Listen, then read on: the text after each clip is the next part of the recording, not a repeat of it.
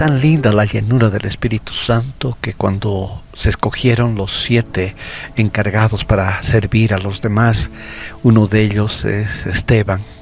Y este joven, sí, joven, lleno del Espíritu Santo, empezó no solamente a servir las mesas, sino a proclamar la gloria del Señor. Es entonces que los religiosos de ese entonces no aceptaban y empezaron a tergiversar las palabras que él hablaba.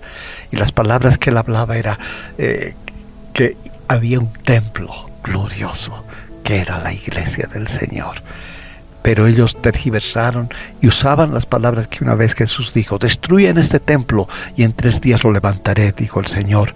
Pero la gente no entendía, porque estaba hablando del templo de su cuerpo, no estaba hablando del templo físico, de ese monumento hermoso que había en ese entonces. Estaba hablando de ese templo glorioso, ese templo que se hace realidad cuando el Espíritu Santo se derrama y se convierte en 3,000, después 5,000 y después 20,000, etc. Es algo maravilloso. Pero fue tal la rabia de esta gente religiosa que lo llevaron al Sanedrín, donde están el sumo sacerdote y las máximas autoridades, los fariseos. Es entonces que lo empiezan a acusar, diciendo de que él estaba quebrantando, yéndose contra la ley que Moisés había dado.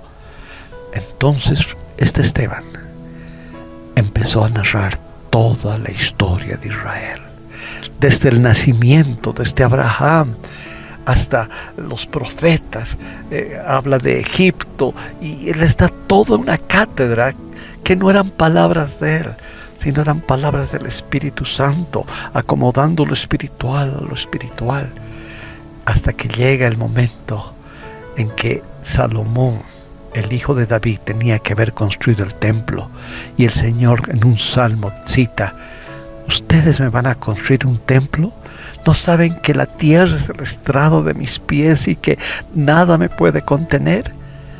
Entonces Esteban les dice: ustedes son igual que sus padres, siempre queriendo perjudicar el propósito que Dios ha tenido en mostrarnos la realidad que es Jesús. Porque desde antes se lo anunció a Jesús que él era el único que podía edificar esa casa espiritual y celestial. Y es ahí que se enardecen tanto que lo sacan a rastra y lo llevan y lo apedrean. Y cuando lo están apedreando, el moribundo levanta sus ojos y dice: veo al Hijo del Hombre a la diestra del Padre puesto en pie. Y fue tal la rabia, aún más de esta gente religiosa, que no dudó en matarlo. Y antes de morir, Esteban les dice: Señor, no les tomes en cuenta este pecado. Y habiendo dicho estas palabras, durmió. Sí, no murió, porque este Esteban estaba siendo partícipe de la resurrección del Señor. Porque Jesús dijo: el que cree en mí, aunque esté muerto, vivirá. Es una realidad las palabras del Señor Jesús. Y eso se empieza a dar como testimonio a través de las vidas, a los siguientes años, siglos, hasta llegar en este momento en el cual podemos aseverar que Jesús es la resurrección y es la vida. Amén.